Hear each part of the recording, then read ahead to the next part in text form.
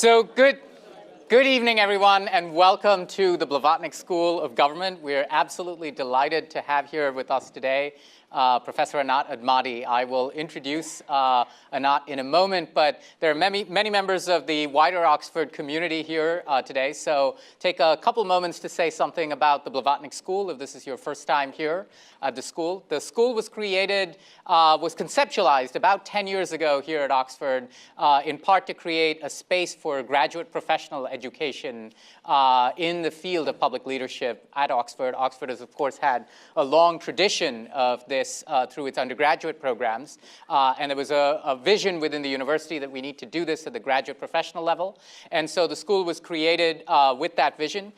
We are now working with our sixth cohort, of Masters of Public Policy students. They just, in fact, started on Monday, and we have about 120 students from over 6 dozen countries, or just about 6 dozen countries here at the Blavatnik School in the MPP program, in our DPhil program, or our PhD program that allows for a very specialized education on problems of deep relevance to public policy.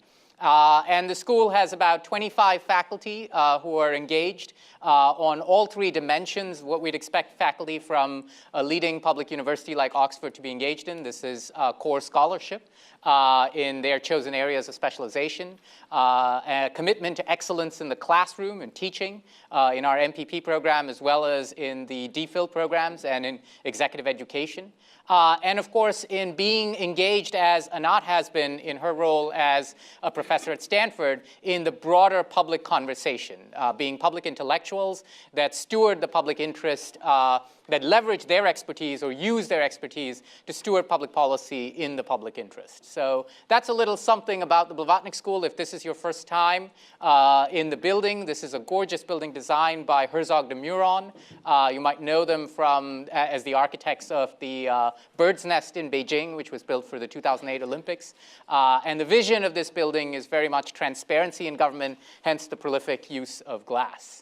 So that's enough about the Blavatnik School. Let me turn now to our very, very special guest for the evening. Professor Anat Admati is the George G.C. Parker Professor of Finance and Economics at Stanford University. And she's a prolific scholar of finance and economic matters, very well known within the academy for her very rigorous scholarship that leverages all of the powerful tools of mathematics that underlie modern finance. But Anat is unusual in the sense that she has the unique capability and capacity to take that technical expertise and then translate it into a way in which it's accessible to a wider community and, more importantly, informs good public policy. To be an expert in finance and to be able to champion the public interest is sadly a very, very rare thing we see today, in part because the nature of this expertise is so closely developed with the very commercial and political interests in finance. And Anat has won many accolades. The Time magazine called her one of the 100 most influential people in the world. She was named as one of the top thinkers in 2014, and she's held many roles in public policy. But perhaps the remark about Anat that stays very close to me is one shared by her about her by her former thesis supervisor, the late Professor Steve Ross, who was another giant in the field of finance and economics. Steve was a faculty member at MIT, where I got my PhD. And Steve always said about Anat that she is the bravest person in finance for her capability to stand up to the powers that be and to tell the truth as it ought to be told. Anat has been the author of this book, The Banker's New Clothes, which is her most recent book. You can go to bankersnewclothes.com to read more about the book, as well as a number of op-eds. She continuously writes for the public interest. And later on, toward the end of the talk, we'll make some copies of these op-eds available, so if you're interested in picking them up, you can do that. Alas, we only have one copy of the book, and it's mine, and I'm not parting with it. But with that, let me stop, and Anat, turn it over to you. Thank you so much for coming here to Oxford. Thank you, Karthik. Thank you all for coming and engaging. I'm going to try to pack a lot, and then Karthik told me I only have 30 minutes, so we'll see what I can do. The title of this talk, I've been a very big fan of Blavatnik, and it was almost my initiative since I was coming to UK for something else, to come and visit here at Oxford. And so there are 3 parts to this title, and if I don't get to what we can do about it, then I assume in the questions we can get there. So, and that's actually only 1 slide, because there's a lot to say about why we're here in the first place, and we need to do so much to address these problems. So I, a decade ago, was still interested in corporate governance, and took for granted the corporate form at all. And then I got into banking, and I will embed that into here, which is kind of the second part of it. And then I'll emerge back with the sort of what's wrong with corporate governance, which goes beyond banking, but for which banks are potentially an extreme example. But there are other industries. It's just this one I know, and I can speak to that problem. So, so what's wrong? First of all, here's the cartoon that epitomizes what I'm talking about. Yes, the planet got destroyed, but for a beautiful moment of time, we create a lot of value for our shareholders. So that kind of captures some of what I'm going to be talking about, okay? So corporations, okay. I dealt with in the last year or two the concept of the corporate form. You know, that invention that Harari called the most ingenious human concept. What are they? They're actually abstract legal people. They're separate from all human beings. They exist in the legal space alone, okay? A corporation. They have existence and a lot of legal rights that come from the government, okay? For example, they have property rights. They have locked shareholder funds, meaning the shareholders cannot physically get their funds. They have to go through a process to even get anything. If the corporation decides to pay them, it might choose to do that. Otherwise, of course, it can sign contracts. It would have to satisfy by these contracts. It has limited liability, meaning nobody of the shareholders or others will have to pay for its losses. The worst that can happen is they all walk away. And of course, in the US now, they have ever more rights, political speech rights, religious rights, all kinds of constitutional rights, as if they were human beings. History is very briefly going back to Netherlands and to the UK with very large state-like entities like the Dutch, the East India Dutch and English companies, continuing in the US with infrastructure companies. And that's when the government did less and wanted private money to come in and build, you know, bridges and tunnels and things like that. And banks were there originally as partnerships and eventually as limited liability corporations, but they were among the last to become these entity limited liability corporations with sometimes stock trading on an exchange, sometimes not. Now, I'm going to frame the notion of governance as very general, because what I'm going to do is I'm going to take corporate governance and I'm going to embed it in governance of other institutions, including government institutions. And the question of governance of all institutions is the following: who makes the decision for the institutions, within the institutions? What the institution does? Who are the people?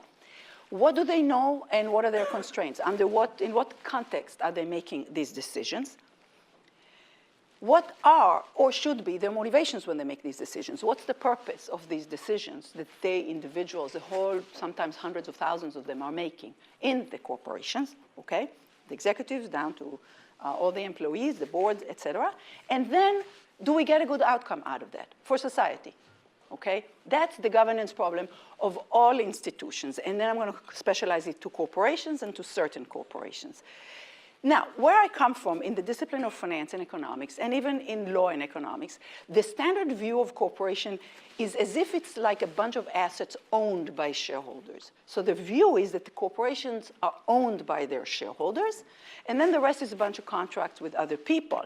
And so the governance problems on which ink in the thousands of pages was spilled over the last 20, 30 years is only about the question of how do shareholders, especially in diffuse large corporations, get their money out. In other words, how do they control those managers? And that's it. In other words, the other people involved were not there. And the translation of that was what's called financialized corporate governance. In recent years, especially in the last 20, 30 years, what has become dominant in corporate governance is that you compensate managers and you judge what's going on by financialized measures such as the stock price, the accounting profits, the return on equity, some financialized measure. We talk sometimes about market for corporate control and how to take over. We talk sometimes about board roles and executive compensation. We talk about shareholder activism. That's where I left shareholder sort of manager problems, which I thought was the only problem, which is sort of what if there's a large shareholders and a bunch of small shareholders and what happens. And I thought that's it. If you solve those problems, you'll be golden. Until I looked after the financial crisis into banking. Milton Friedman said the social responsibility of managers is to make as much money as possible subject to the laws, the rules of society, both embodied in the law and embodied in ethical custom. That basically says what we think. This is it. Social responsibility of corporations. So just a few visuals: shareholder value, stock prices, dividend, all these words we use, return on equity, boards looking at graphs. That's corporate governance right now. So I'm going to unpack this very first. I'm going to ask, what does it mean, shareholder value? Who are the shareholders? In our pension funds, we are the shareholders. We're also everybody else in the economy. Are they individuals or maybe they're institutions? The institutions are corporations themselves, the mutual funds, the asset manager funds. How are they acting on behalf of the shareholders? Sometimes the shareholders are also employees, also customers. They are all the time also citizens. So to the extent the corporation does something, pollutes the river, the shareholders are affected in their other roles as people, okay? So the standard approach assumes that the market somehow become competitive and free, the way Milton Friedman likes to talk about it, that the contracts and the rules of society take care of everybody,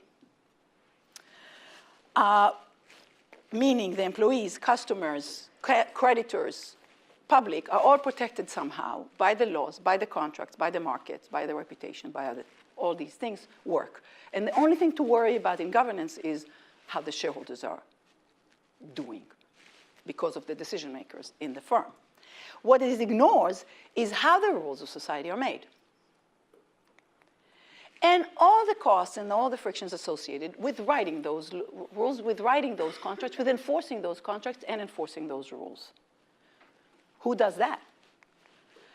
So I want to talk in this lecture a lot about various language confusions, because one of the reasons this subject is misunderstood is because of the way people use words.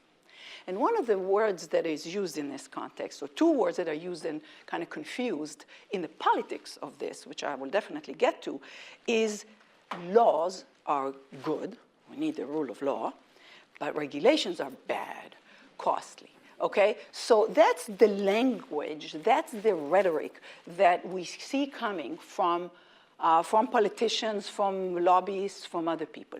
Regulations are bad because corporate freedoms are somehow harmed, but laws are good. Laws obviously constrain somebody, and they apply to corporations as well as people, but somehow we view laws as a positive thing in our head. We want the rule of law, but regulations are bad. That is a meaningless distinction. The distinction between laws and regulations is really technical in terms of who actually writes them, whether it's a legislature or some administrative body that's appointed by government, a regulator, and what their tools to implement them, what they do if somebody breaks them. They have the prison possibility, or do they slap a fine, or what can they do? What is their way of enforcing their rules? So I am going to use the word rule to capture all of that. All of them are rules. And that's the question we have to ask about all of them, laws as well as regulation, is what are the costs and benefits? Do we want to write that rule? Is that rule, be it a law or regulation, fair, good, accomplishes something? Why is it there? Why are we, relative to anarchy and everybody being free to do what they want, why do we have a rule at all in society? And do we want this rule as opposed to another rule? And that is a question that has to be asked about the rules of the game more generally. So the rules are set in some political process, okay? In this political process, ideally, unconflicted experts write good rules on behalf of the public, on behalf of society somehow. And they said, rules. In reality, all too often, the experts might be conflicted. Narrow interests often win over the public interest. Karthik, who introduced me, coined the term thin political markets. In other words, when you kind of boil together everybody's view and you try to aggregate them into something, it's not a thick market where all the right information gets in there and the proper decision process brings them to fruition somehow. So in his book, Political Standards, which is about accounting rules, he discovers and explores why it is that accounting rules can get distorted through a distorted process. So the term often uses capture. Okay, many forms of it. You can talk about political capture and regulatory capture and intellectual capture and sociological capture and this notion of what people think and how they act and why it is that they would do one thing and not the other. And somehow or other, through this process, the rules are not the right rules. Now, the rules also need to be enforced. So what about that? Ideally, you're going to have the enforcers, the policeman on the street, somebody who's going to make sure to catch the people who break the rules and to impose some penalties on them, et cetera. And they will do the right thing. In reality, oftentimes, those in charge with doing that enforcement in the context of corporate governance, okay, I'm not talking about the men in the streets, certainly not about street crimes in the United States. All kinds of things happen there, but you get that sort of regulatory capture. The supervisors or the people in charge are sort of in some kind of cahoots sometimes with the people they're supposed to deal with and enforce the laws on, and you get a situation in which individuals in corporations that are responsible for misconduct or even law evasion by corporations do not have any accountability personally as people. So that's one problem. Now, Milton Friedman, in the same article where he talked about the social responsibility of corporations to make as much money as possible, was very much speaking against corporate CEOs who pontificate about corporate social responsibility, things like that, because his perspective was governments were bad, and the pontificating CEOs are going to bring these government bureaucrats, iron fist government bureaucrats. That is, again, a confusion. There's people right and left are making distinctions between governments and markets. And once again, you have the image problem. Markets are good and governments are bad in the minds of some people. Well, that's again a flawed way of looking at it. There is no market without governments, without rules of market. You can't trust anybody in any store if they could sell you whatever and you didn't have any information. The proper question is, one question is what should be in the private sector and the private sector. This is not about big or small governments. This is not about governments needing to do stuff and not the private sector. It's not about that. Somebody has to decide what makes sense to do as a public good, education or prisons or emergency services, and what gets done in the private sector by a corporation. How do we ensure that the governments enable productive market forces, address market failure, create beneficial commitments when the private sector can't make a commitment? So I can't promise you that I won't harm you. The government has to force me, to drive slowly or to not rob you. Okay?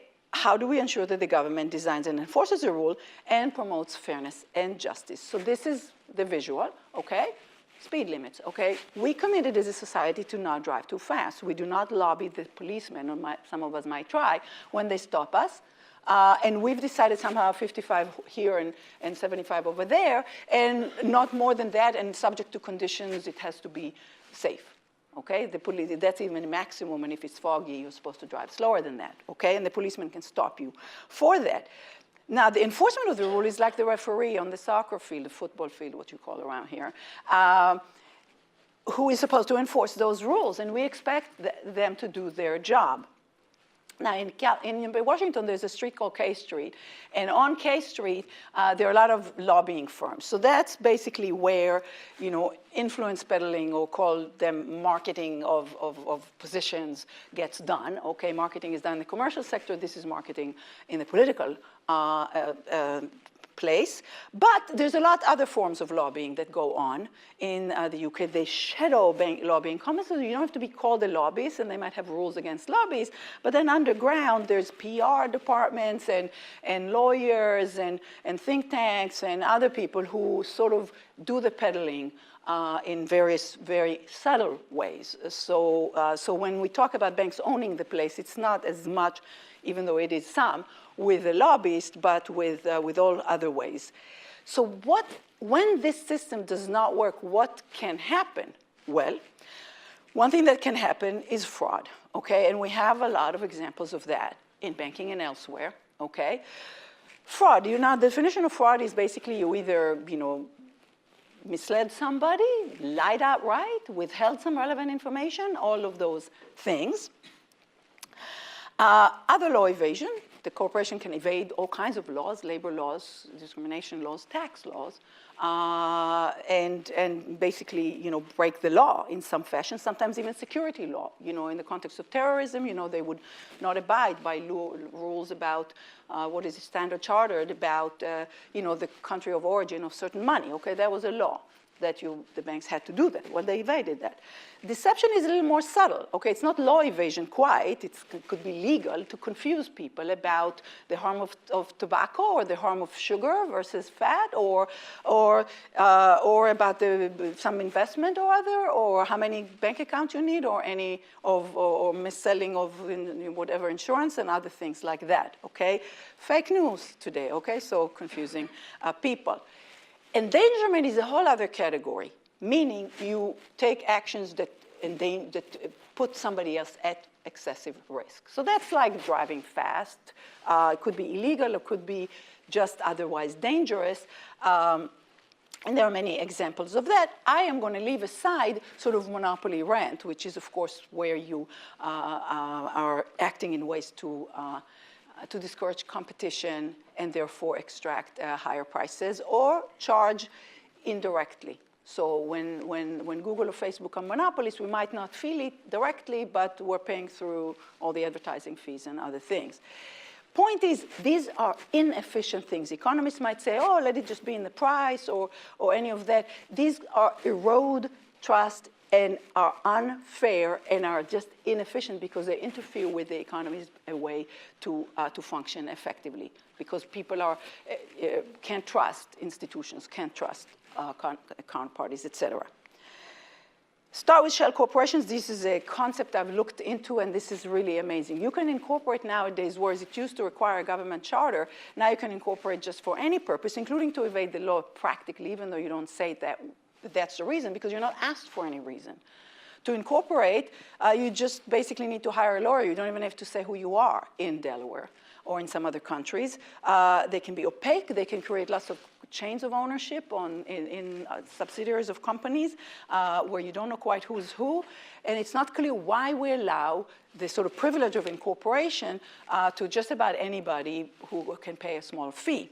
In Delaware, there's one address, because you need an address to incorporate, that has 300,000 shell corporations that are pass-throughs that nobody knows what they do, and they don't actually have economic activity. So what about that? Who benefits from that?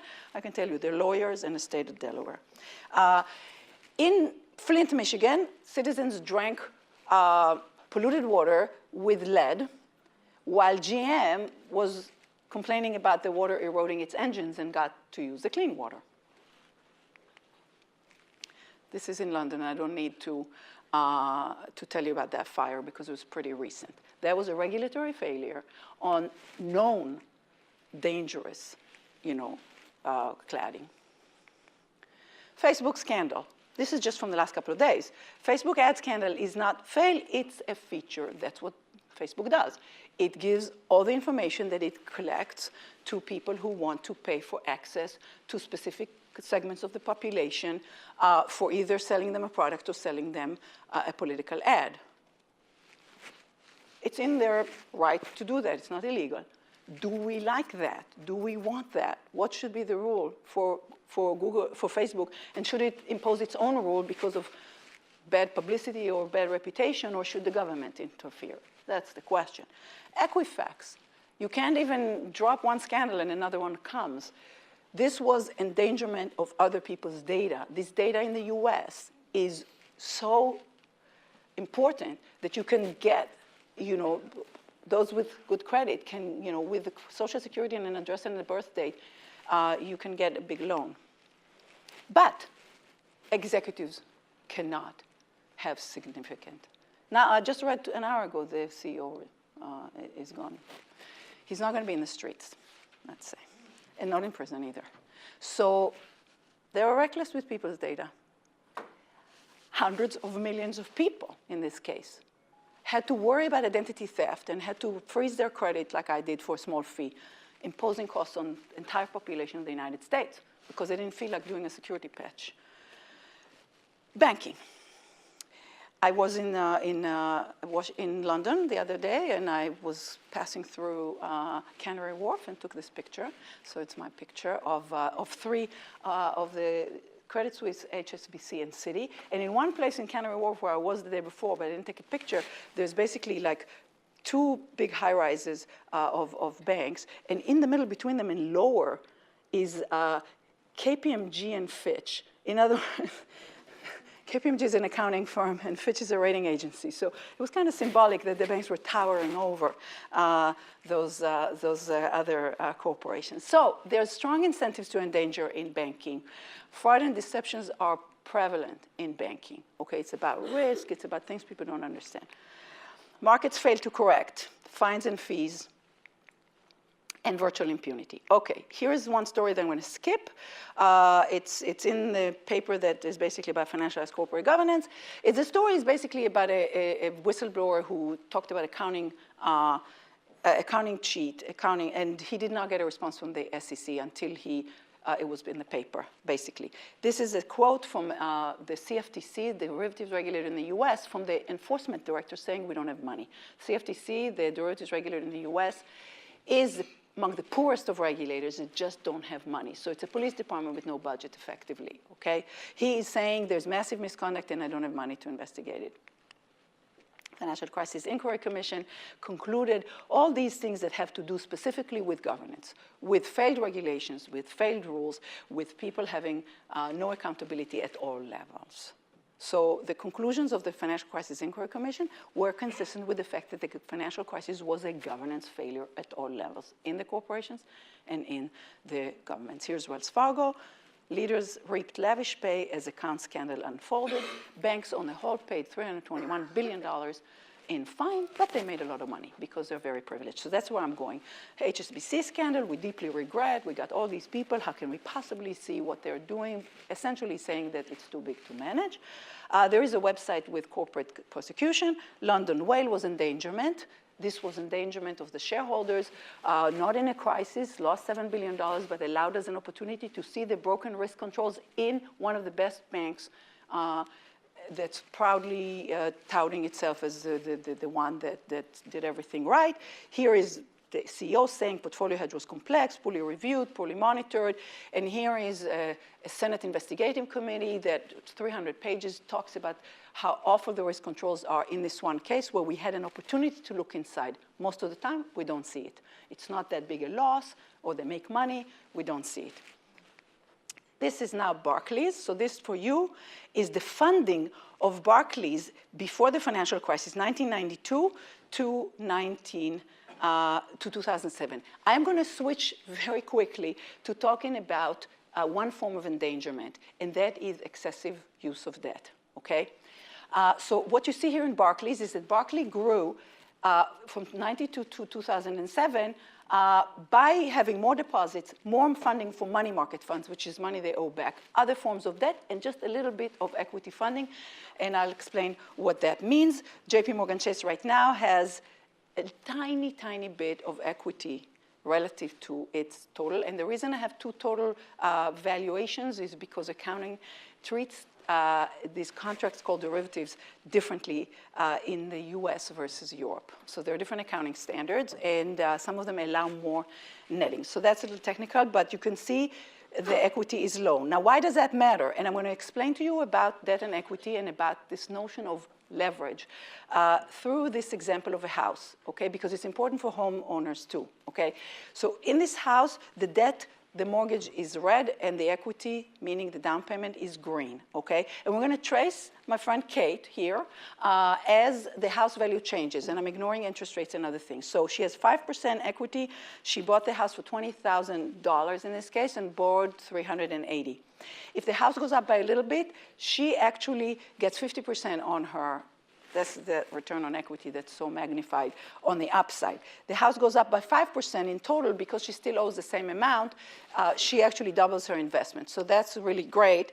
And then if the house goes up by 10%, she actually triples her investment. So this is why people love this juicing up of their returns on the upside. However, it works on the downside not so pretty, because on the downside, if there's a little bit of a drop, she's losing half her equity. If there's a 5% drop, she lost all her equity here. This is kind of on a simultaneous, I can do it with interest rates. And if the house drops by 10%, she's so-called underwater, meaning if she sold the house, she still couldn't pay her mortgage. And this is sort of what happened to a lot of homeowners in the United States, and what happens to the sort of, on the housing investment, they're kind of insolvent. Now let's talk about banks. Now in red here are the deposits. You will forget that, and the bank CEO will forget that this is red. But they do owe us that money. It doesn't feel to them like that, and we think it's just held in a safe deposit box. But this is the ATM where we think we can get our money anytime. And a tower of debt, and you saw it in Barclay, on top of that. And then, of course, they take that and make risky loans or derivatives or something like that. So what happens if they lose? Well, put a little bit of equity below that. And now let's see what happens when they lose.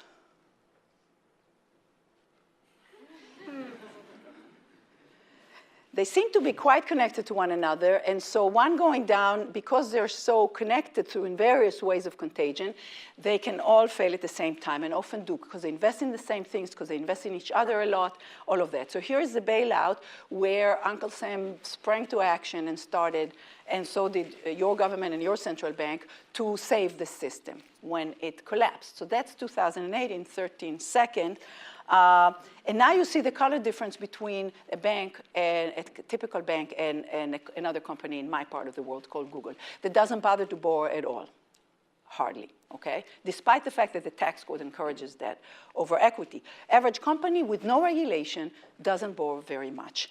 Now, why is that? Well, I don't have time to go through that, obviously, in my remaining single-digit minute, but I will want to introduce you to the term of zombie, okay? Zombie, I didn't put a really scary picture, so just the fingers kind of showing. And it says, don't open, dead inside, okay? So now don't open also hints at the opacity of these.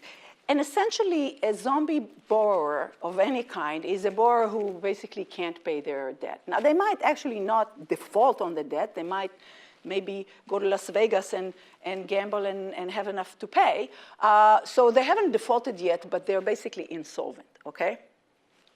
Government of Greece, homeowners who lost their job, okay? And now for corporations, there are, and for other businesses, there are symptoms of being a zombie. There are certain behaviors that are consistent with that. And my academic research recently focused on heavily indebted companies because I've encountered them in banking. They are not very prevalent unless the company is about to go bankrupt elsewhere, and bankruptcy courts deal with them when they are, can't live anymore. But in banking, it's a state of mind almost. In other words, banks just live there in insolvency or near insolvency all the time. All the time. And they show the symptoms of insolvency one by one. So the regulators are going to flaunt a lot of numbers to tell us that the banks are safe, but I'm looking at the symptoms, and I don't like the symptoms, okay? It's like I'm putting a stethoscope, and I'm saying, how can you even live? How can you even get so big? How can you get so complicated?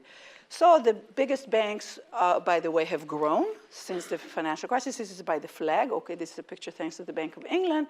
Derivative have these amounts are so astronomical, I can't even talk about this. A trillion second is 32,000+ years. So that's like a very large number.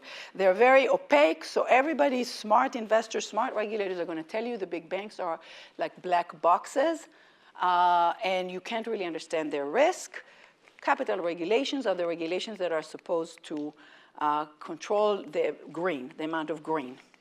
Now, I want to show you something about that, which is, so the headline numbers on these were single digits. These are the requirements. These are the speed limits, okay, on how much debt they should have versus equity.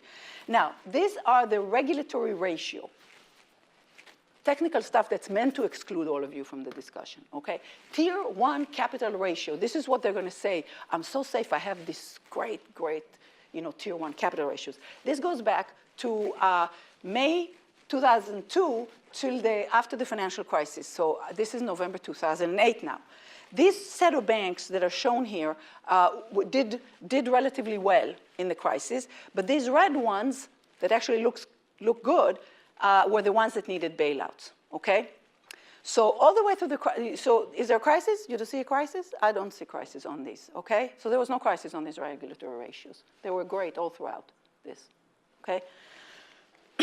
This is Lehman Brothers. All this time, by the way, summer 2000, I was in a conference with Professor Vickers over here 10 years to the crisis. So we now count the crisis as going back 10 years to summer of 2007. That was Northern Rock, that was BNP Paribas, that was other things. Then spring 2008 was Bear Stearns, was clearly something wrong. And so now we count that. Throughout this time, what were the regulators doing? Allowing the banks to pay a lot of dividends, okay? From summer 2007 through the financial crisis. This is measure like the one I drew you for JP Morgan Chase. The red ones are the troubled banks. Their market values over their equity were showing that they were more in trouble, but the regulatory ratios were not. So basically, the banks are allowed to pay out of the green equity money out in dividends, or salaries even out, that deplete their equity. Awful case of Greece, very quickly, is the story is very simple. French, German, and Swiss banks lent a lot to the government of Greece. The government of Greece, once it was in the euro, the government of Greece was not very creditworthy for all the reasons of Greek politics and tax collection and other things like that. However, Greece was not allowed to default on its debt back in 2010 because in 2010, the French banks owned 40% of that debt, and the French bank could not have absorbed that loss. And so the French government, not having just bailed out its banks from the subprime crisis in the US, the Swiss got out in 2009, did not want to tell its people that it has to bail out the banks again, and same for the German government. So what they did was they and the Greek politicians found it more convenient to bail Greece out so that the banks would get paid in full. And then eventually you send the banks a memo to say to get out before they are allowed to restructure any debt, which happened by the time the French banks were out of there, okay? And now in 2015, when there was a big crisis, what you see here in blue is that it is the countries of Europe and the citizens of Europe that are now bearing that debt. That was loans made by the banks to Greece are now held by a troika of the IMF, the ECB, and a bailout fund of the European citizens, including now, of course, German citizens, because Germany is big, but not the German banks. So there's a little bit of the banks, this is in green, but most of the debt, especially of the French banks, were basically spread around the citizens of Europe. And these creditors, the official creditors, hate to admit that these are bad loans. Instead, what they do, they have put Greece in a major depression bigger than the US depression. So a few of us said that the regulation is bad, and Martin Wolf, in a review of our book, said that banks are only special, which is what we say in the book, in what they get away with. So a lot of academics say that banks are special, but then he says the following: the reason this is not more widely accepted, banks are so influential and and the economics are misunderstood. Now, it's misunderstood because people don't want to understand it. So this is the cover of our book, and this is a quote from Paul Volcker. Whatever you say, they'll say that it will restrict credit and harm the economy. It's all bullshit. And this is, again, just meaningful distinctions. We love the word credit. It's such a positive word, right? Credit is like, credit at the end of a movie. It's credit. I give you credit for things. Okay, so we love the word credit. If they say credit will suffer, we say, no, we can't have that. However, we hate the word debt. That's not pleasant. But they are the same things, okay? I give you credit means you owe me, okay? The question is, student debt, mortgage debt, other debt, were the right investment made? Was the funding the best it can be? Okay, were they funded in the right way? If we give subsidies, are they delivered in the right way? Or are we delivering subsidies to debt instead of equity, the biggest distortion in the economy? More credit is not always good. You get waste, boom and bust of credit, and it's the biggest precursor to crisis. Now you got to the nonsense, okay? Just quickly. The CEO of that bank, Wells Fargo, said that because they have a lot of deposits, they don't have a lot of debt. I could not come up with something so stupid because I have my deposits in Wells Fargo, and he forgot he owes them to me. So, like, what? Okay? Then there's the word capital, okay? This is a title from the Financial Times in 2014, forced to hold. Oh, my God, hold. That's bad. But the Telegraph here was very generous to readers. The lay reader don't understand the word capital, so they put the word cash instead. Cash we understand, pieces of paper with pictures on them and stuff like that. This is false. The event was about the fraction of debt to equity. Somebody translated to an amount, but the green is invested. It's not, Kate's equity was in the house. It's not hold set aside, but that's the language they use to confuse you. Therefore, the lobbyist is going to say every dollar in capital is sucked out of the economy, not used. And this is 5 years later in the same playbook for the same lobbying organization, the guy said the same thing again. And that is false, nonsense. That's what they say. Now, it goes on the way today. This is somebody high up in the Trump administration saying banks are forced to hoard money, because the sentence is not very good, but because they're forced to hoard capital, I'm quoting, and they can't take any risk. Dodd-Frank prohibits them from lending. Nowadays, instead of saying nonsense, we call them alternative facts. Just as much of nonsense as before. The banking textbook is also wrong. That's a false statement. This is when I knew something was truly wrong in banking. The textbook is wrong. So this is a little play in words from Upton Sinclair. Why don't they understand it? Because you can't get somebody to understand something if they don't want to.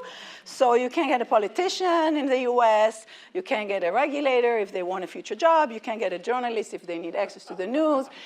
You can't get this. Upton Sinclair didn't say that. I didn't know how to erase his name in the later things. But in any case, it's sort of willful misunderstanding, willful ignorance. And this is banks own the police. I'm quoting here a politician in the US after the financial crisis. Banks still own the place. Own the place, they write the rules. Now, what do we need to counter that? I'm getting to that point. Brave academics like Sir John Vickers here took up the Bank of England recently on this very issue. And has been after them for their flawed stress test. We have people here who speak up about this right now here, because your Bank of England is not taking care of you. The politics is symbiosis between and bargains between banks and governments, which also true for other companies, but in banking, I know, banks are where the money is, as the robber said. Guarantees appear free to the politicians, so if you get in the head of the politicians, they don't mind, seems free to them.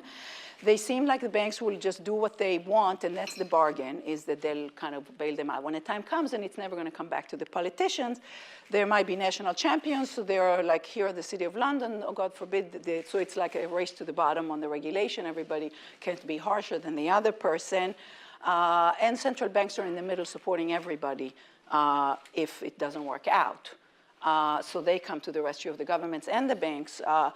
And so banks get away with stuff, basically, more than other companies, but there are others. Now, experts. If you are in Blavatnik School of Government and you're going to go to government, you want good advice.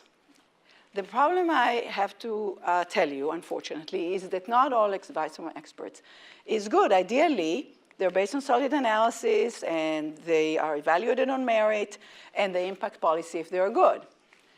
In reality, and I'm speaking from personal experience, recommendations could be based on flawed analysis. I've seen it, and I can point to the flaws, but I don't have time now. Adopted, even if they're flawed, or dismissed, even if they're valid. So whether they are done or not is not necessarily to do with whether they're good or not if the public does not understand the issue. This is something that a banker told me a year and a half ago about academics in banking, saying with such friends, who needs lobbyists, after a quote from a banking paper. And I wrote a paper that you can easily find on the web. It takes a village to maintain a dangerous financial system. In other words, why are we here? There are a lot of enablers.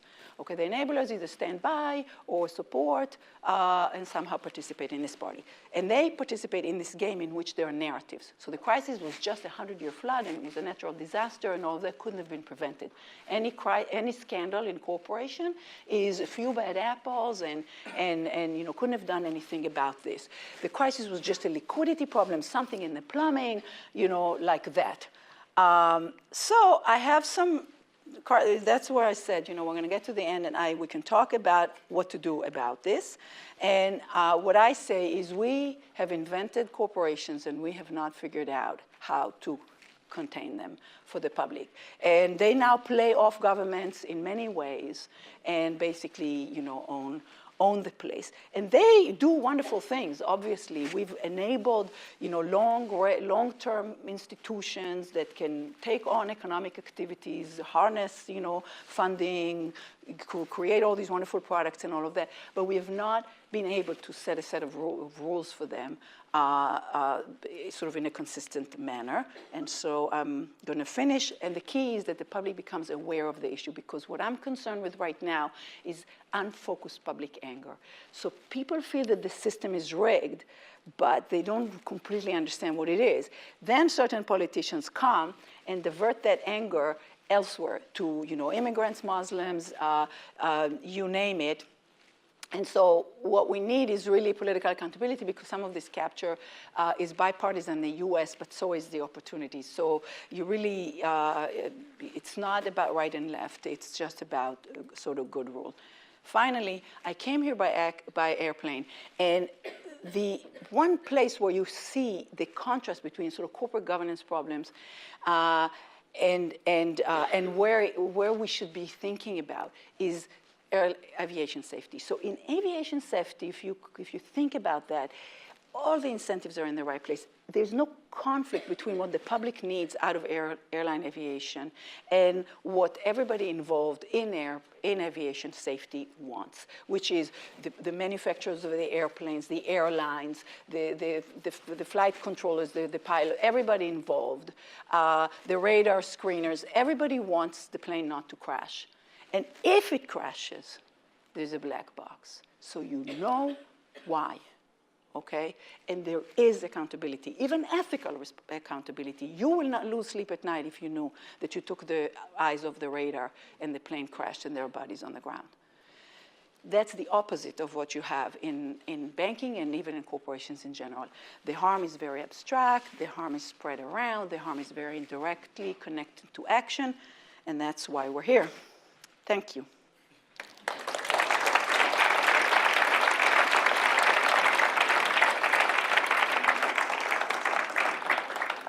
Fantastic. Thank you so much, Anat, for that really, really powerful tour of what's wrong with banking today. So we're going to open this up for questions. We'd really like to take some questions.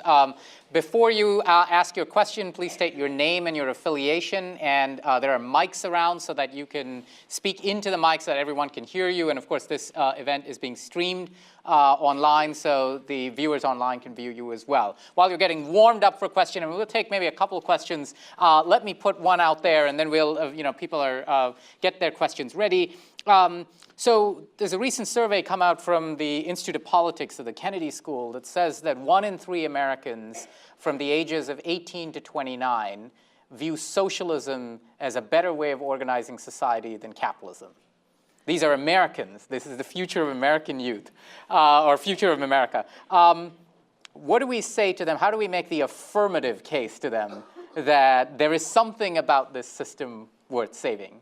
And before you answer that, let's just take a couple more questions as well so that we can bring those in. And it looks like we have one all the way in the back there, Jolie, if you can reach.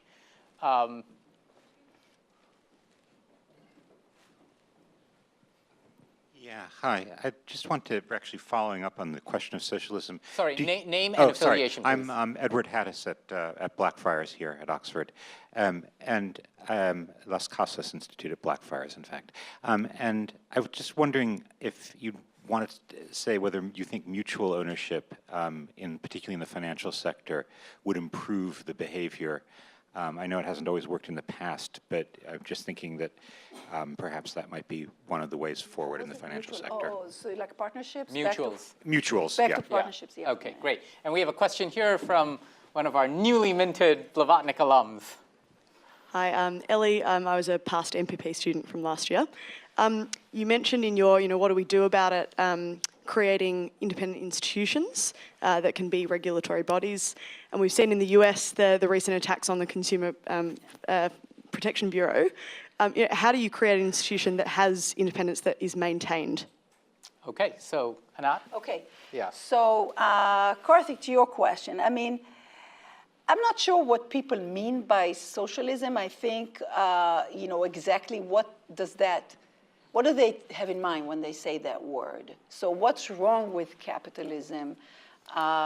So I know what's wrong with capitalism is sort of, people call what we need enlightened capitalism. I talk to people in the private sector who say, who write books called Capitalists Arise, saying, the masses are going to, take over if we're too greedy. I'm from a business school, so we educate those capitalists, right? And we would actually teach them how to own the place, And so the question is then, Blavatnik School or us saying, well, I mean, on whose behalf are you going to own the place? What is it that you want? In other words, do we want a society with appropriate rules that are like appropriate traffic rules, seatbelt rules, the things that we agree to undertake. So I think that it has to do with, capitalists kind of, taking a deep breath about what they are doing, and all of us, including in business schools, et cetera, realizing that we've made assumptions that are wrong about the way the rules are made, and that unless we strengthen the way the rules are made, capitalism is not working out. And I don't know what socialism would look like, but anyway. Mutuals for banks. Yes, when banks, the problem, some people say that, that Goldman Sachs moving from partnership to a limited liability corporation was a moment in which Goldman Sachs started being very reckless with other people's money, whereas before that they were playing with their own money.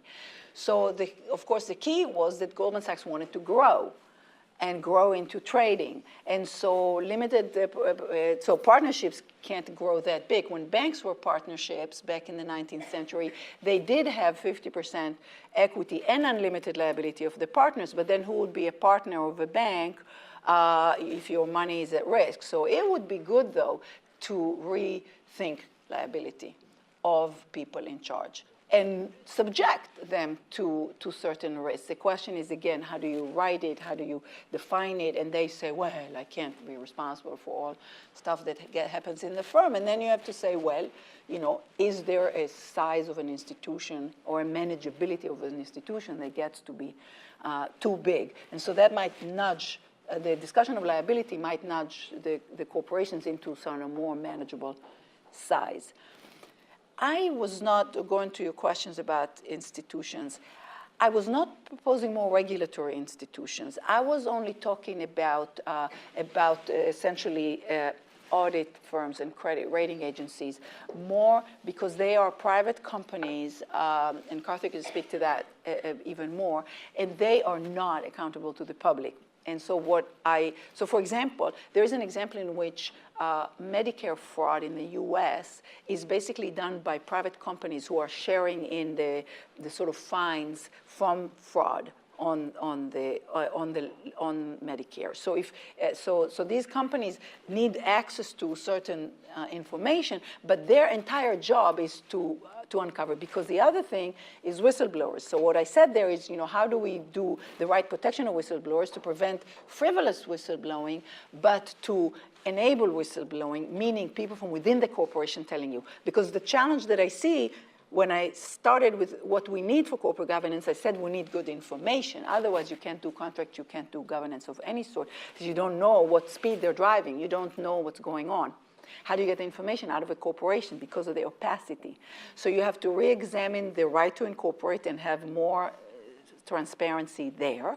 So immediately that's the rule about, we can't own a car without an ID, but we can form a corporation without an ID. This is ridiculous. So in the US, in Europe, I think some of these laws are better than in the US, but I think that, I don't know that US citizens understand just how much freedom we give to corporations to really harm.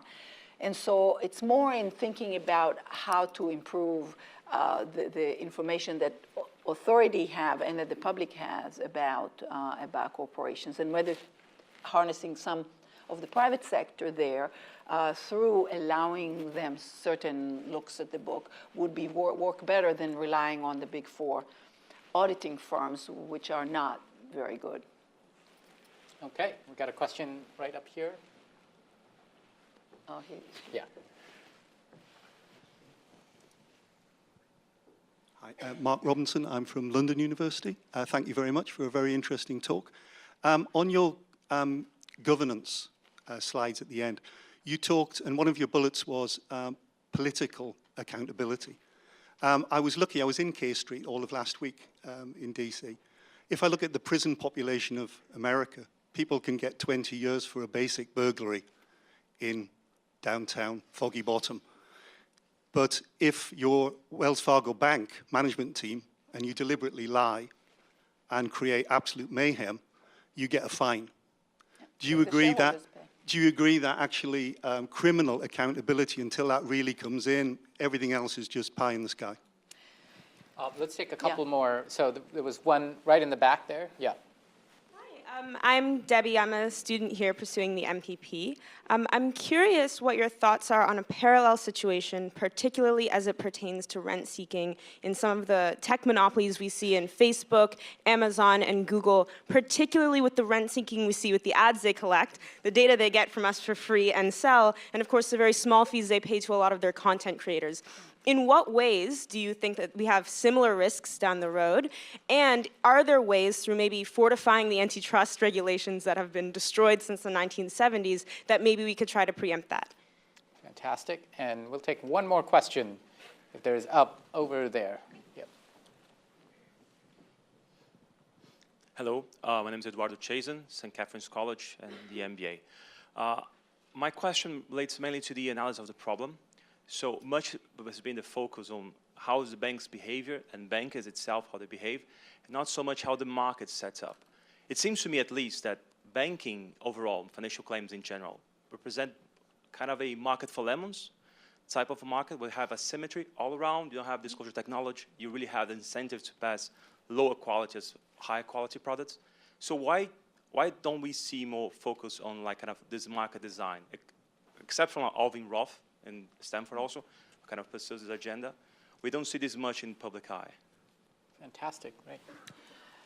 Okay, so the first one. Criminal accountability. Criminal accountability. Definitely. Last year, I have a sort of a visitors program at Stanford that was sort of Finance and Society, Corporation Society, in which last year Judge Jed Rakoff came, and he has been throughout this system, both as a prosecutor, as a defender, and now as a judge. And that is sort of essentially what he said in many interviews, including to us. Without criminal, you can't really control behavior. But the problem is, so there's a book now as well about why nobody, since Enron, no executives have gone to jail. And this is partly ideological, partly the way the law is written regarding what you can prove for intent on individual. So when the individual comes, so even with civil, we've been unable to go beyond mid-level. And then the mid-level says, I'm just following order. And the top level says, I didn't know, I didn't intend. And so to prove intent to defraud, very high bar, beyond a reasonable doubt, to a jury. And they get the best defense money can buy, unlike the street criminals that get public defenders with no time on their hands. So there's a lot of injustice in the system, injustice in our justice system, certainly in the U.S., between poor street crimes and fancy executive crimes. Political accountability is even worse. Only in Iceland did they actually prosecute a politician for neglect of the public, allowing their banks to take down the whole place for years and impose this kind of cost. Banks that were 9-10 times GDP and very poorly regulated. Now you in this country have a banking system that the bank governor says will be by 2050 or soon, 9 times GDP. So stand back when they're not safe because it really can take down the whole place. So yes, so I think political accountability can only come from the public being angry and knowing what they're angry about. If they're angry in general about, and they don't know what to say, what to demand, then we get sort of this populism that's just pure anger. And we get the anger being misused by let's not go to current politics in the US or anything like that. But anyway, yes, I am totally in agreement. The other question. Tech monopolies. Tech monopolies, yes. Tech, I hinted at that, but I wrote an essay about financial governance, and I had to restrain my words, and there was another essay by a colleague in Chicago called Luigi Ziganis, which was about market and political power. Definitely the biggest problem we have right now is in tech monopolies, and how to think about their monopoly power and how to try to control it. Because it's so invisible. Here we're just kind of innocently not paying, it seems, and yet they're monetizing all this stuff for advertisement. So I think we have to wrap our head around that business model and how to contain it, because the takeover of the entire ad business to Google and to has also destroyed media, which is a big concern in democracies. There's now media cannot really survive that well. Investigative reporting is a problem. So I think this whole breakdown of what how information comes and all that through the high tech and the business model of Facebook and Google and Amazon is in retail, so it's a little bit different, should be something to think about, and the antitrust laws need to be revisited to kind of address that. So I'm, again, in total sympathy. Market design. I don't view, so the problem with the financial sector sort of products is just that they are harder for the public to understand. So when you go buy, a television, okay, so there's sort of fiduciary issues and all of that.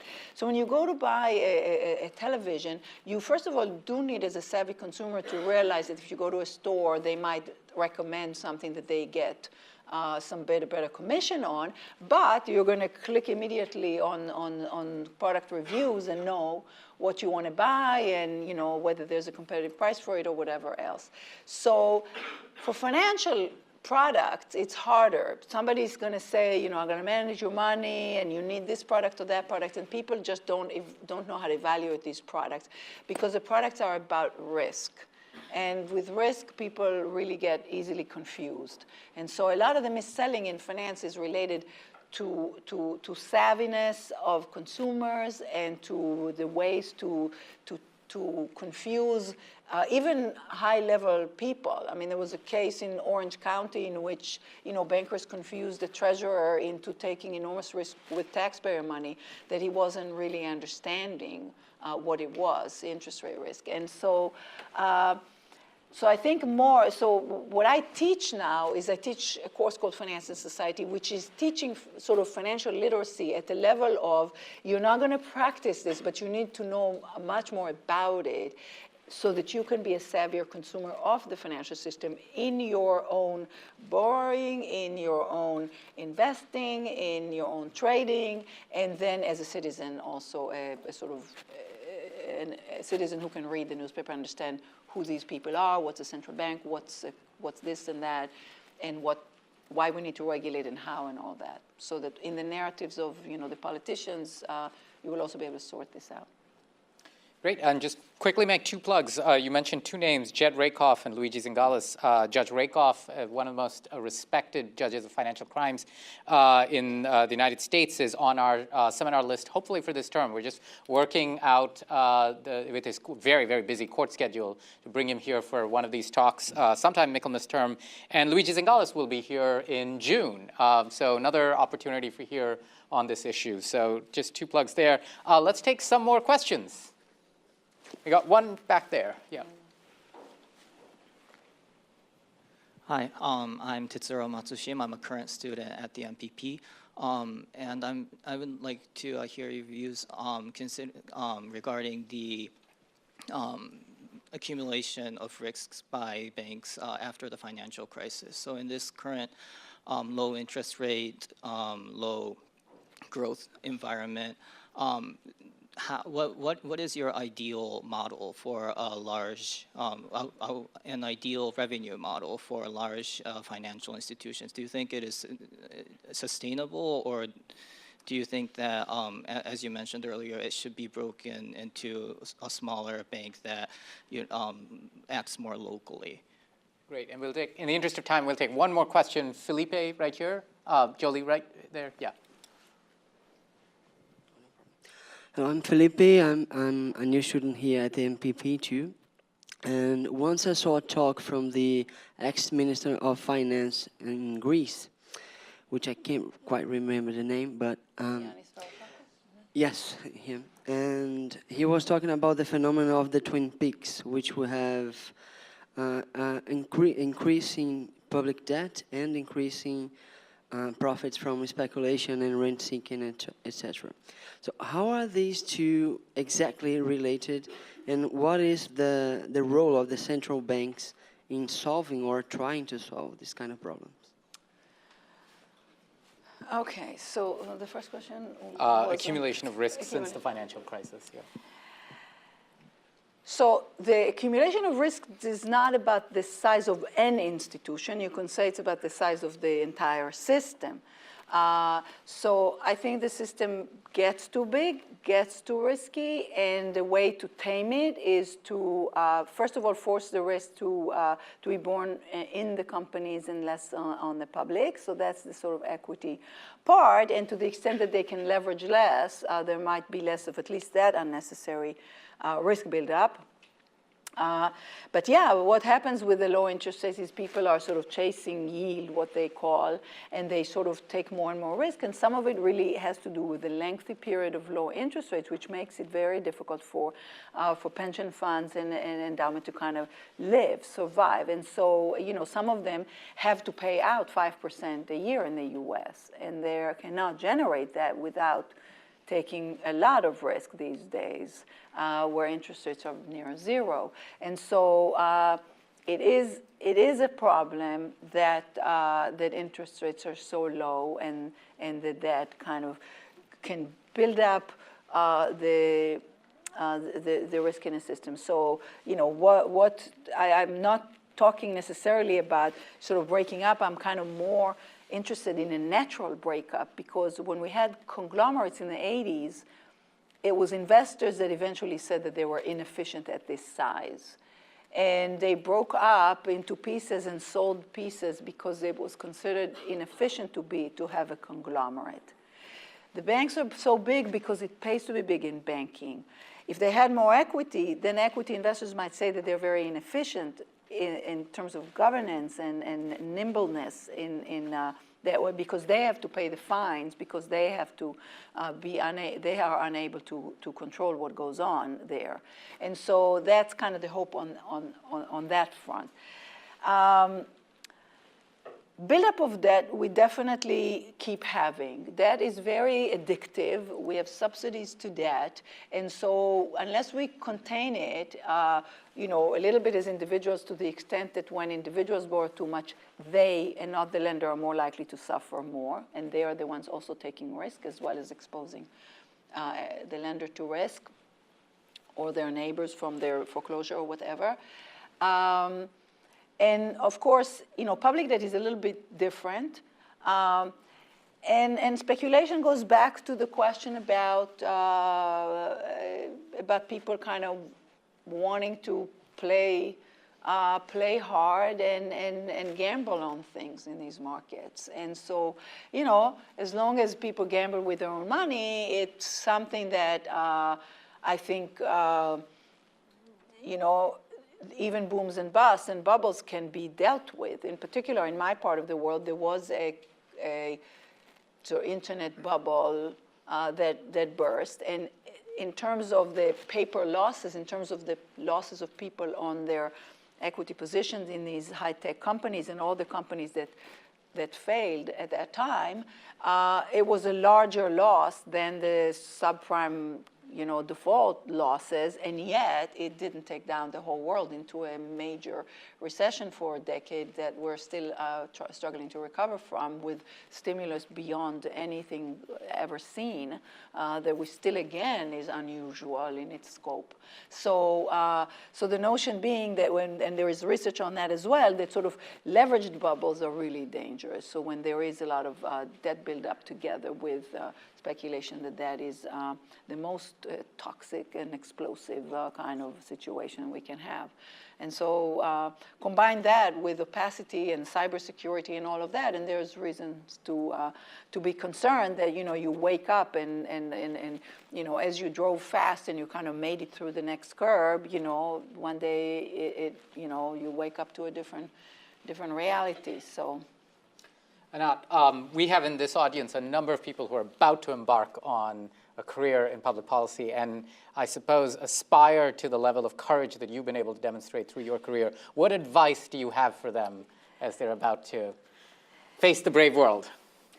So I have met a lot of people in a lot of institutions, private and public, and this sort of notion of you know, what is the right thing to do? And, you know, in fact, it was, I believe, in this justice system that one of the prosecutors was always saying, I think it was Ben Losky, another guy you might want to have someday, was a regulator and also a prosecutor in the past, was always saying to his people, you know, do the right, is it the right thing to do, when they came to him with a question.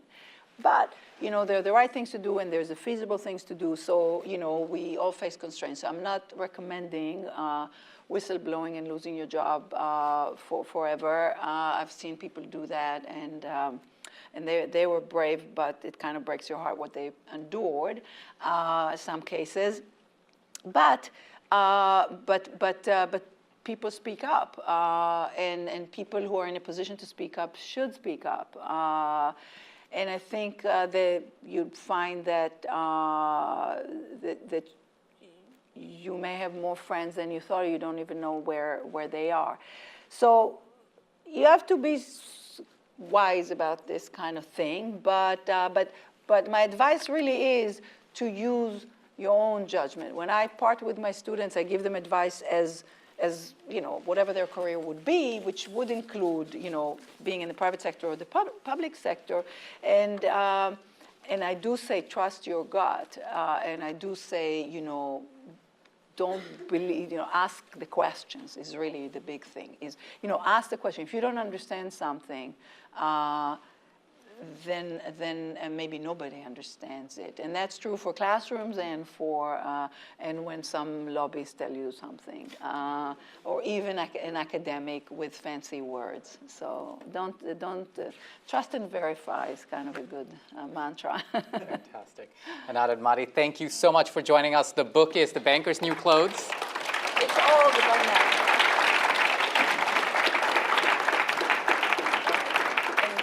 And we have copies of some of her recent op-eds, which I leave out here. Not all recent, but Yeah. some things that I have So to you can carry, pick them yeah. up as you want. Yeah. So thank you. That was fantastic. Thank you Thanks. so much.